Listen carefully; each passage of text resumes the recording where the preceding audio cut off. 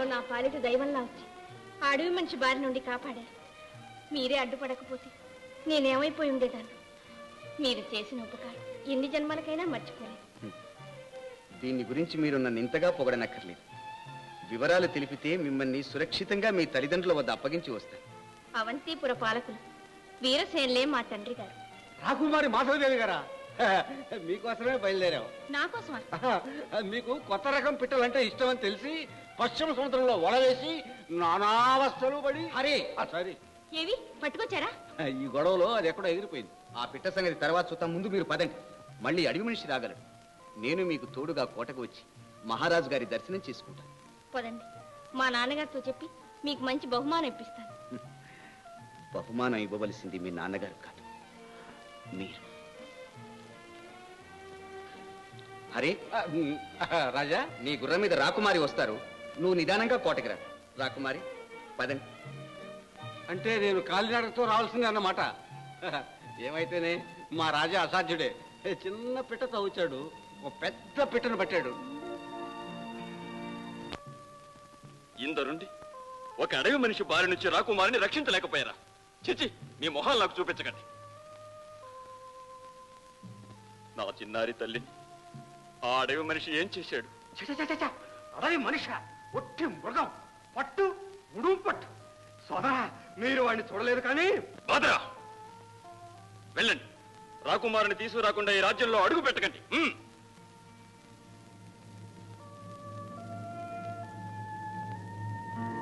మహారాజా, మహారాజా, రాకుమారి మాధవీదేవి గారు సురక్షితంగా వస్తున్నారు. మా మాధవి వస్తోందా? ఏది, ఎక్కడ? మాధవి, మాధవి వచ్చావా తల్లి? ఆ అడవి మనిషి నిన్ను తీసుకువెళ్ళాడని తెలిసిన దగ్గర నుంచి నీకు ఎటువంటి ఆపద సంభవించిందో అని అల్లాడిపోతున్నాను తల్లి. ఆపదేమిటి నాన్న? సమయానికి మహావీరుడు అడ్డు పడకపోతే ప్రాణాలే పోయేది. మహానుభావ, మీ కులశీల నామాదులు తెలుసుకోవచ్చునా? మహారాజా, నా పేరు రాజశేఖరుడు అంటారు.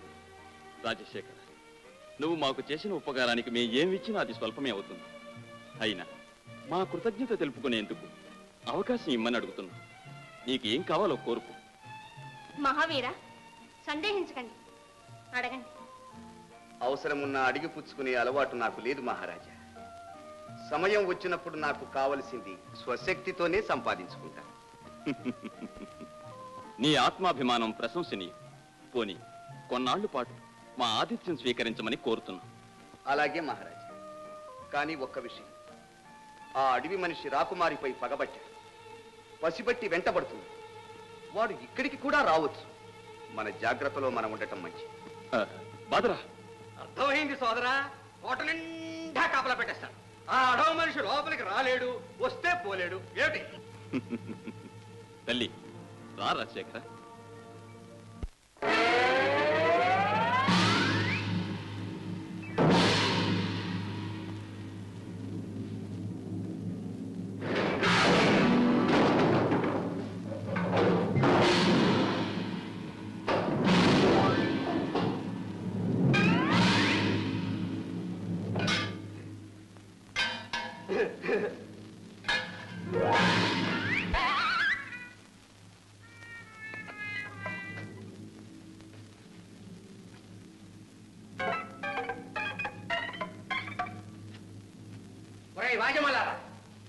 ఆ రాజశేఖరుడు చెప్పినట్టు ఆ అడవి మనిషి ఒకవేళ ఇక్కడికి వచ్చినా రావచ్చు. వస్తే గిస్తే మీరు బేరమని విధమొహాలు వేస్తూ చూస్తూ కూర్చోక వాడి కాలు కాలు కాలు కీలు కీలు తొలగదీసి అవతల పరి. తెలిసిందా? ఈ పని నేనే చేసేవాడు. కానీ చిన్నప్పుడు శత్రురక్తం చూడనని ప్రతిజ్ఞ చేశానుగా, అందుకని పడే.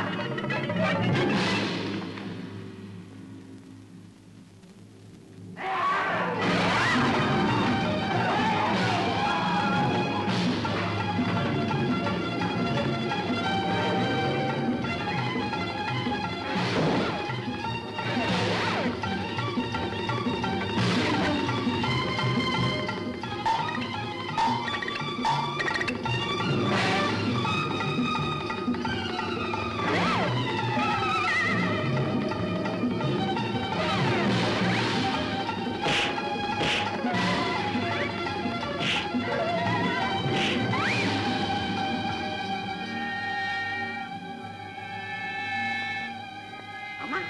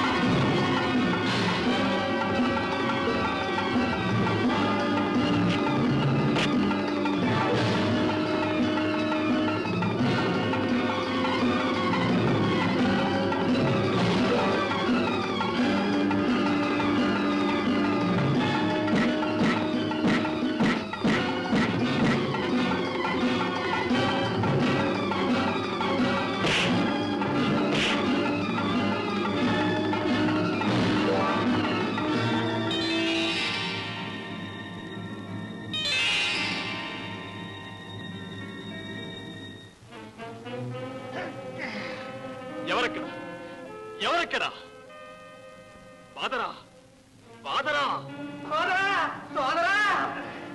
కాపలాలు ఏమైనాయి కట్టుదిట్టాలు ఏమైనాయి అక్కడే అనుకుంటే ఇక్కడ కూడా నాలుగడా చేశాడే సోదరా మీ వంతు మీకు ఓటించాడన్నమాట వాడిని వెంటాడి కిరీటం తీసుకురండి కిరీటం కూడా తీసుకెళ్ళాడు గట్టివాడే ఏమిటి సోదరా మరి ఆ కిరీటం వాడికి వదలవదు బాదరా సోదరా